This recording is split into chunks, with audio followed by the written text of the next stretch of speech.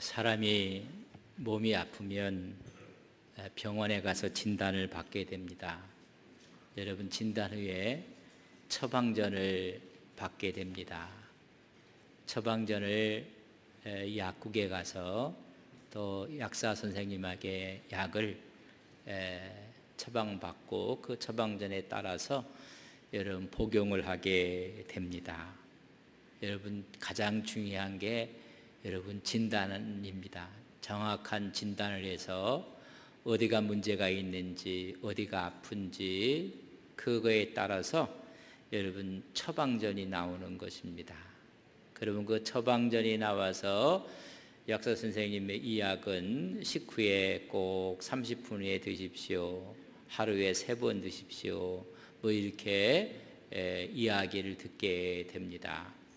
근데 그 처방전에 잘 따라서 여러분 우리가 약을 복용하게 되는 것입니다. 우리 예수님의 인생에게 된 처방전이 있습니다. 영원한 영생을 위한 하나님의 처방전은 무엇일까? 오늘 우리에게 말씀하고 있습니다. 오늘 찬양 예배는 행복하십니까? 행복하지 못한 사람들에게 행복의 처방전은 무엇일까에 대해서 오늘 말씀 축제에 말씀을 드리게 될 것입니다. 우리의 육체가 문제가 있을 때 여러분 의사의 진단에 따라서 처방전을 받고 그 처방전에 따라서 약사가 조제한 약을 우리가 들게 되는 것입니다. 또한 건강을 위해서도 여러분 몸을 보호하는 약을 먹기도 하고 보약을 들기도 하는 것입니다. 그렇다면 우리 영적인 문제, 영적인 성숙, 영적인 건강을 위해서 여러분 어떤 처방전을 우리가 받아야 될 것인가? 그렇다면 진단을 해야 됩니다. 우리의 영적인 상태가 어떤 것인가? 도널드 휘트니 박사가 우리의 영적인 진단을 하는 10가지 질문을 제시를 합니다. 여러분, 영적으로 건강하십니까? 영적으로 문제가 없습니까? 신앙에는 여러분 문제가 없습니까? 그런 문제에 대해서 질문을 하고 그래서 영적 건강을 진단하는 10가지 질문, 제 10가지를 제가 이야기하실 때 10가지가 다 저는 됩니다. 그러면 그 사람은 100점이에요. 근데 저 10가지 하는데 한 2-3가지 다 하면 몇 점이에요?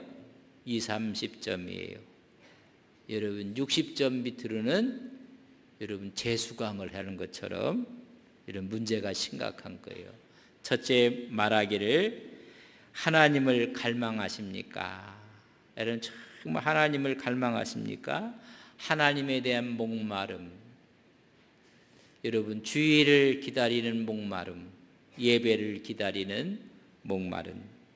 두 번째는 하나님의 말씀에 지속적인 지배를 받고 있습니까? 하나님의 말씀이 먼저 떠오르는 거예요. 이런 상황, 이런 여건 가운데 주의 말씀이 먼저 나타나고 주의 말씀이 기억에 내서 그 말씀에 지배를 받느냐. 세 번째는 사랑이 점점 더 커가고 있는가. 사람의 사랑의 동심몸이 자꾸만 넓어져 가고 커지고 그래서 사랑의 범위가 넓혀져 가고 있는 것인가. 네 번째는 하나님의 임재에 대해서 전보다 더 민감해져 있는가. 하나님의 임재, 하나님과 함께 하심에 대한 임재 의식을 갖고 있는가. 다섯 번째는 다른 사람의 필요에 더 많은 관심을 갖고 있는가. 나의 필요도 중요하지만은 여러분 다른 사람의 필요가 무엇인가, 요구가 무엇인가를 민감하게 생각하고 있는가. 모두가 자기 위주로만 생각을 하고 있다는 것입니다. 여섯 번째는 당신은 그리스도인의 신부로 인해 즐거워하고 있는가. 우리는 주님의 신부라고 했는데 신부로서 그것으로 만족하고 있는가? 교회 공동체의 일원으로 여러분 즐거워하고 있고 만족하고 있는가? 7번째, 갈수록 영적인 훈련을 중요하게 생각하는가? 여러분 예배도 좋은 영적인 훈련입니다. 여러분 하나님 말씀을 읽고 깨닫고 섬기고 참여하고 하는 모든 것에 여러분 깊은 관심을 갖고 있는가? 8번째는 죄에 대해 점점 애통해하고 있는 것인가? 여러분 죄에 대해서 무감각해지고 죄에 대해서 여러분 많은 사람들이 여러분 관심이 없어요. 근데 자꾸만 더 예민하게 관심이 가고 애통하고 있는가? 9번째는 용서를 빨리 하는가? 이런 우리가 많은 사람들을 미워하고 원한을 갖고 하는 것을 여러분 우리 마음속에 갖고 있으면 그것이 여러분 마음의 병이 된다는 것을 아셔야 됩니다. 영적으로도 심각한 문제가 일어납니다. 그래서 용서는 빨리 하는가? 마지막으로는 천국에서 예수님과 함께 사는 삶을 동경하는가? 늘 이 땅이 아니라 천국을 사모하고 천국을 바라보고 늘 천국을 사모하고 있는가? 10가지를 말씀드렸는데 여러분들은 몇 가지가 그렇습니다.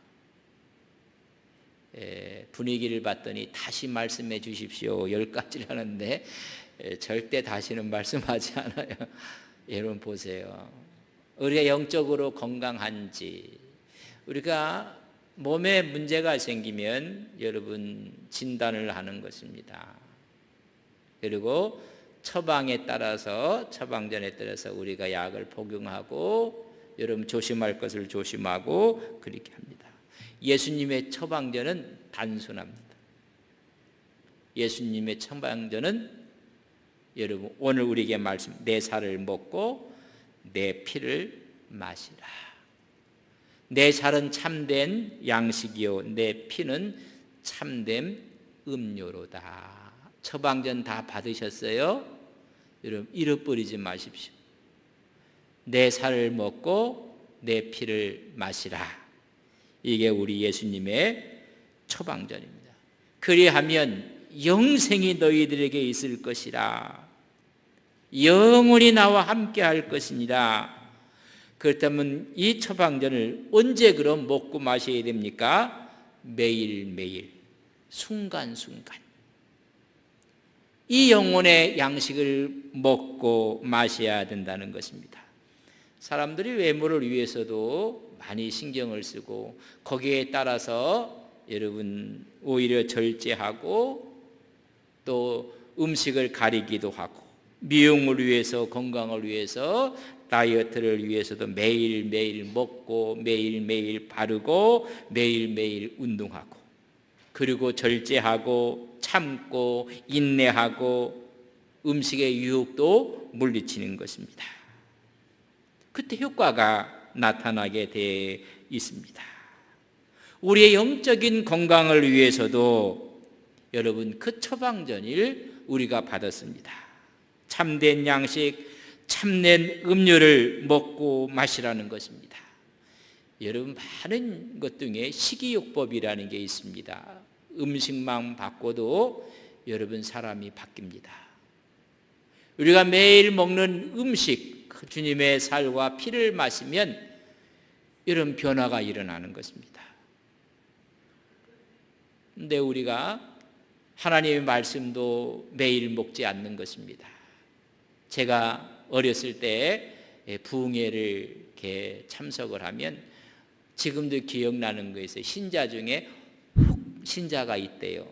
그래서 훅신자가 뭔가 했더니 주일날 예배 보고 와서는 성경을 딱 이렇게 선반 위에든지 책상에 얹어놓고 월요일, 화요일, 수요일, 목요일, 금요일, 토요일 날 성경이 있는지 없는지 몰랐다가 주일이 돼갖고 지금 성경을 갖고 했더니 일주일 동안 뽀얗게 먼지 그면서 불고 와서 혹신자라.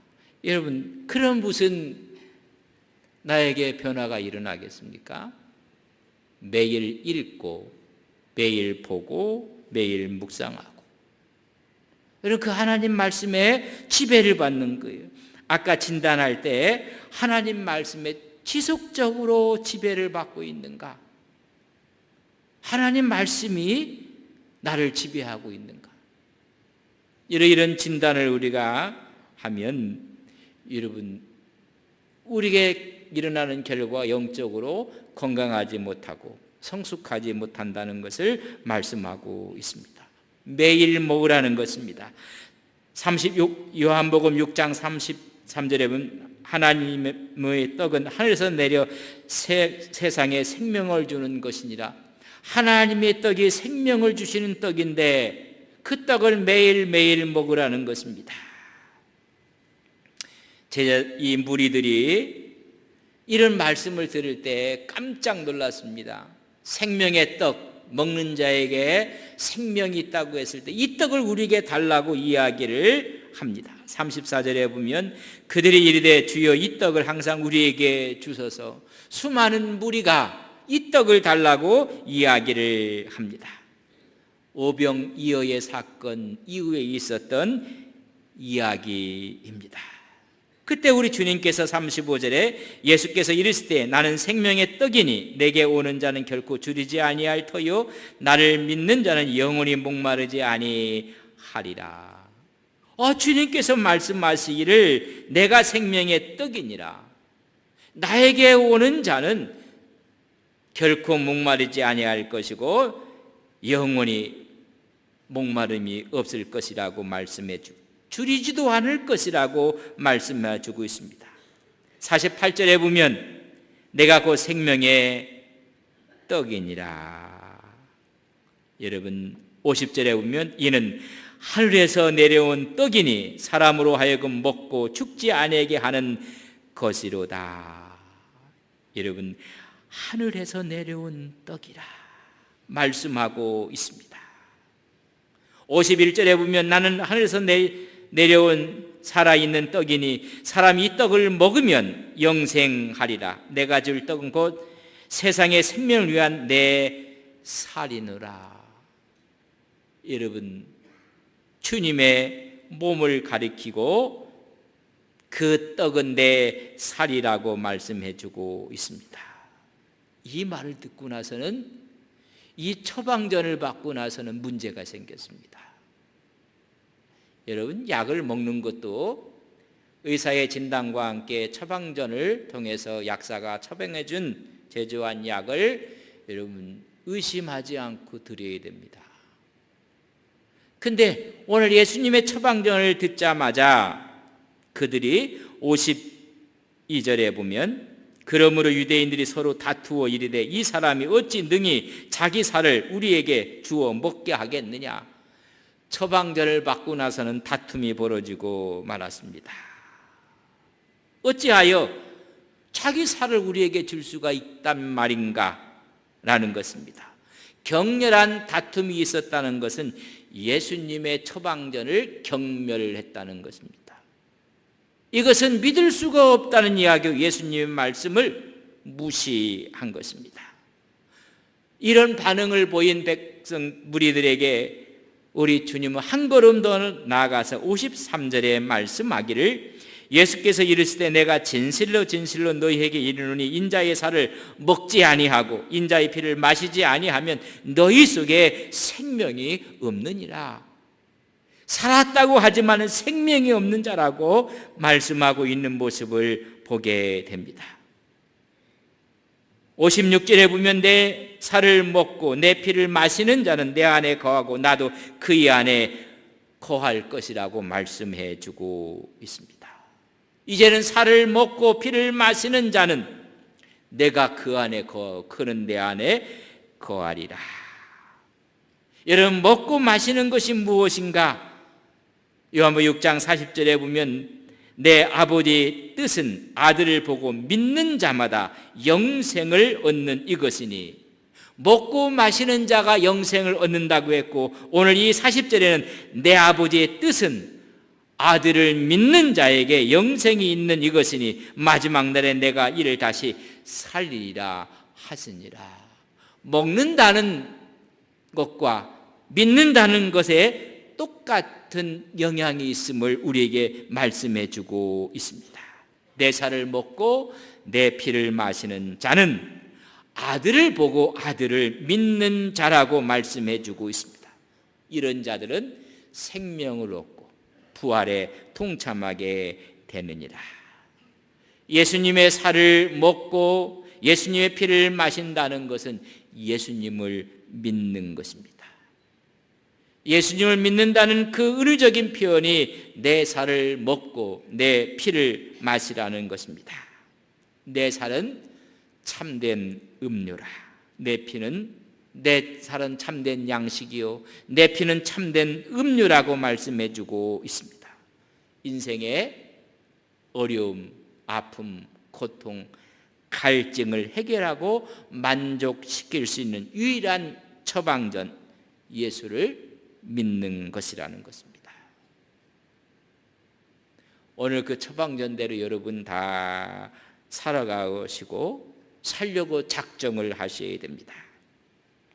영적인 건강과 영적인 성숙을 위한 예수님의 처방전입니다. 탁월한 처방전은 내 살을 먹고 내 피를 마시라는 것입니다.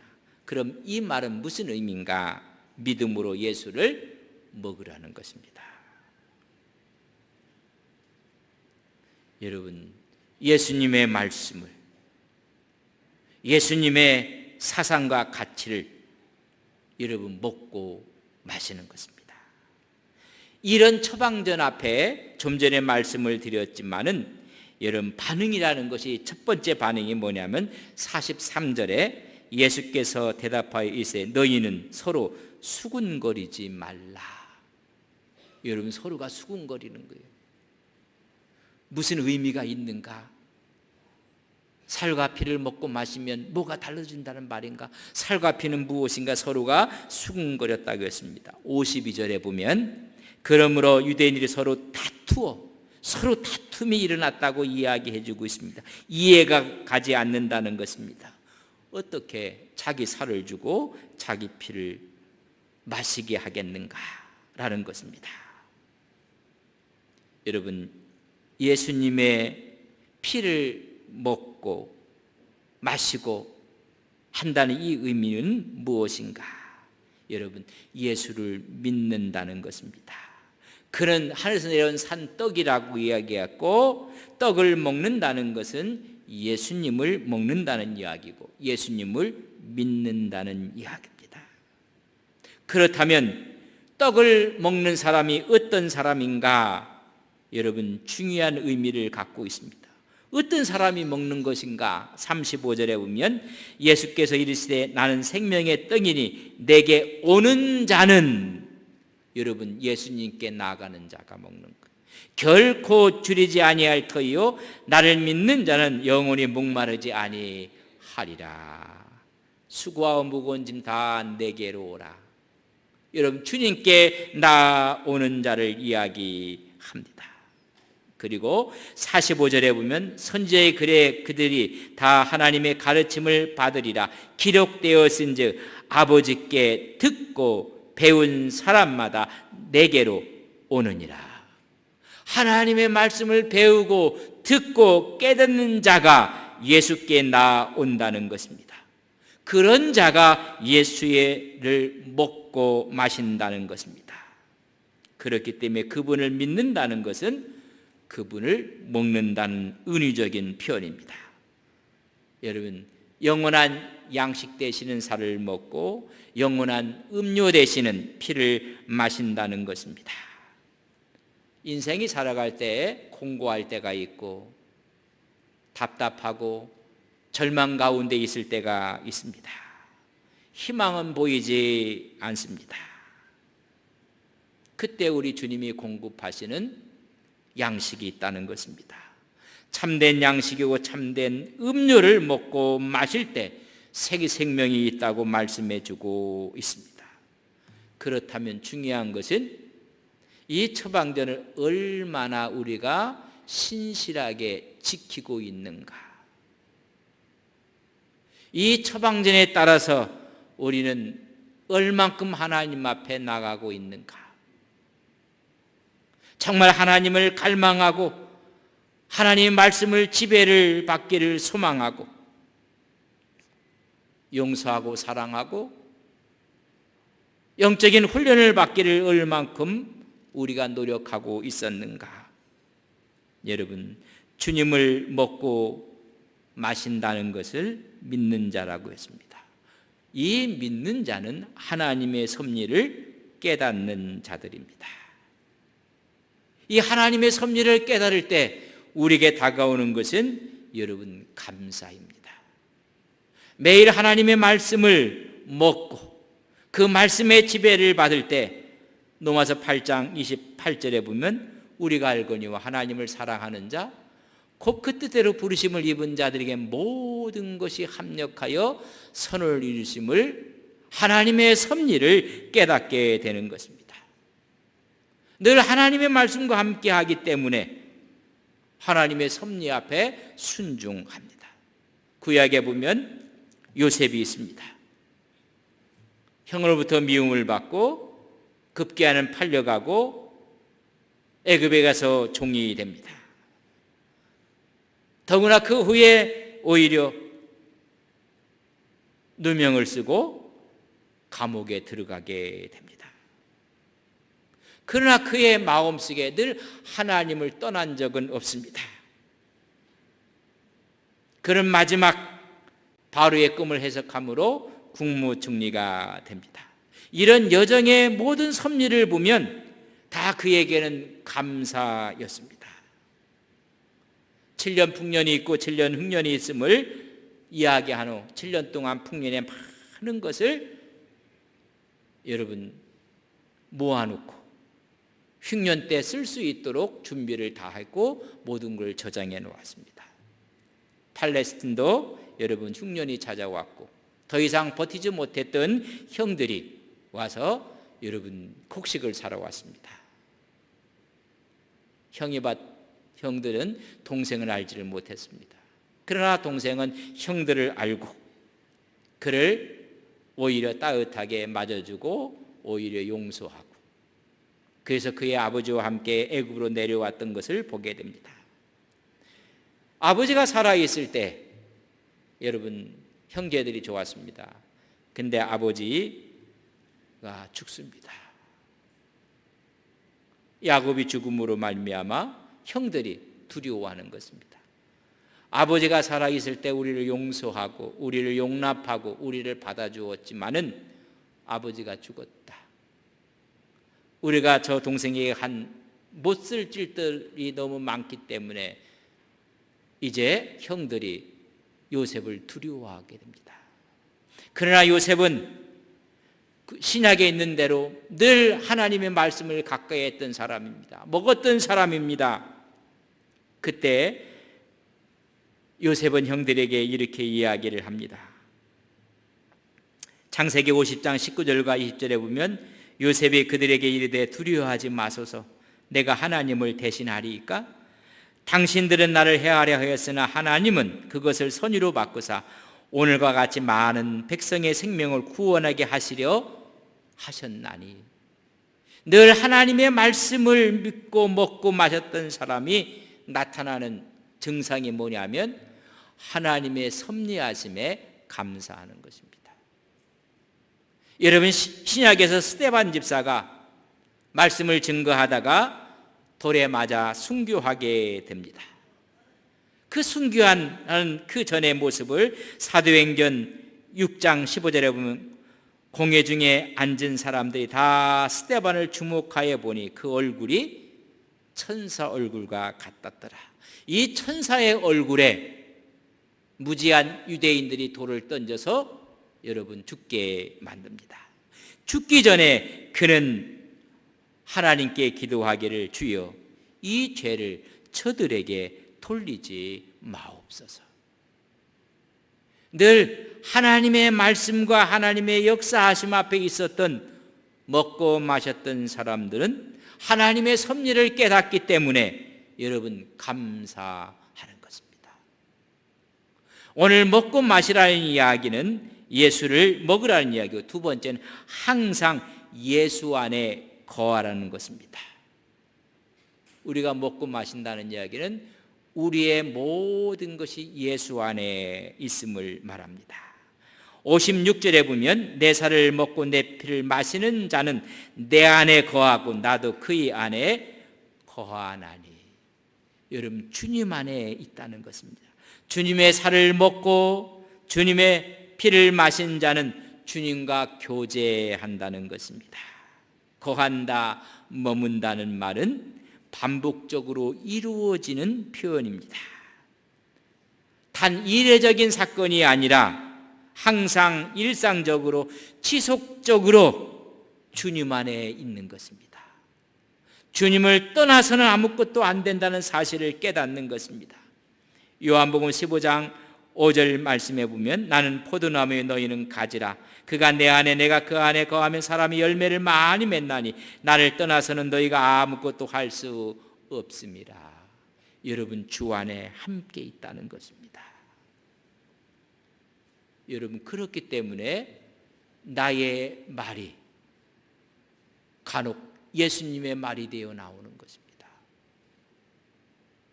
주님이 내 안에 있기 때문에 예수님의 정신과 예수님의 가치관이 내 삶 속에 구현돼서 나오는 것입니다. 여러분, 내 안에 거한다는 것입니다. 바울은 여러분 율법 안에 거했던 사람입니다. 그러나 예수님을 만나고 나서 예수 안에 거하는 복음 안에, 믿음의 법 안에 거하는 사람으로 바뀌어지고 말았습니다. 그런 대단한 학식을 가졌던 사람입니다. 그러나 그는 율법 안에 거한 것이 아니라 복음 안에, 예수 안에, 믿음의 법 안에 거함으로 말미암아 그는 빌립보에서 이런 고백을 합니다. 빌립보서 3장 8절과 9절 상반절에 보면 내 주 그리스도 예수를 아는 지식이 가장 고상하기 때문이라 내가 그를 위하여 모든 것을 잃어버리고 배설물로 여김은 그리스도를 얻고 그 안에서 발견되려 함이라. 그 안에서 함께 있음을 나타내려 함이라. 내게 능력 주시는 자 안에서 내가 모든 것을 할 수 있느냐까지 말씀을 하고 있는 바울의 모습을 보게 됩니다. 항상 예수 안에서 발견되려 했다고 말씀해 주고 있습니다. 예수 안에 거한 삭개오도 있습니다. 주님을 만나고 싶었던 삭개오는 사람들이 너무 많이 모여 있어서 주님을 만날 수가 없어서 여러분 나무 위로 올라가고 말았습니다. 그 나무 위에서 주님을 바라보았습니다. 주님께서 삭개오에 내려오나 내가 오늘 너희 집에 거하리라. 너희 마음속에 너희 집에 내가 함께 할 것입니다. 수많은 사람들이 수군거렸습니다. 죄인의 집에 들어간다는 이야기를 들었습니다. 그 집에 들어가서 주님을 만납니다. 주님을 만났던 이 삭개오는 이렇게 변해서 주님 앞에 고백하는 모습이 누가복음 19장 8절에 있는 말씀입니다. 삭개오가 서서 주께 여짜오되 주여 보시옵소서 내 소유의 절반을 가난한 자들에게 주겠사오며 만일 누구의 것을 속여 빼앗은 일이 있으면 내 갑절이나 갚겠나이다. 여러분 완전히 변했습니다. 돈만 알았던 삭개오였습니다. 여러분 주님을 만난 사람들마다 주님을 믿는 사람들마다 예수 안에서 함께 거함으로 변화가 일어나는 것입니다. 먹고 마신 자들마다 여러분 변화와 성숙과 성장과 가치관의 변화가 일어날 수밖에 없습니다. 여러분 사람들이 식이요법만 잘 지켜도 여러분 변화가 일어납니다. 우리는 주님을 먹고 마실 때마다 여러분 변화가 일어나는 것입니다. 교회에서 변화가 일어나는 것은 여러분 당연한 것입니다. 그러나 예수님을 먹고 마시면서도 나에게 변화가 없는 것은 그것이 기적입니다. 오늘 기적을 창출하는 사람들이 너무나 많이 있습니다. 변하는 것이 당연한 거고 변하지 않는 것이 여러분 기적입니다. 어찌 예수님의 살과 피를 먹고 마시면서도 변하지 않을 수 있겠는가? 여러분, 먹고 마시는 자는 그 안에 하나님이 거하신다고 말씀하였고 그분과 동행함으로 말미암아 여러분 변화를 통해서 우리 신앙은 건강해지고 우리 신앙은 아름다워지고, 그래서 우리를 통해서 주님의 모습을 보여줄 수밖에 없습니다. 스데반의 기도는 주님의 기도였습니다. 바울의 고백은 주님을 믿는 자의 최상의 고백이었습니다. 이런 고백을 하나님께 드리면서 예수님의 처방전에 여러분 진실하고 성실하게 매일 그분의 살과 그분의 피를 먹고 마시는 믿는 자요 주 안에 거하는 신앙인이 되시기를 주님의 이름으로 간절히 축복합니다.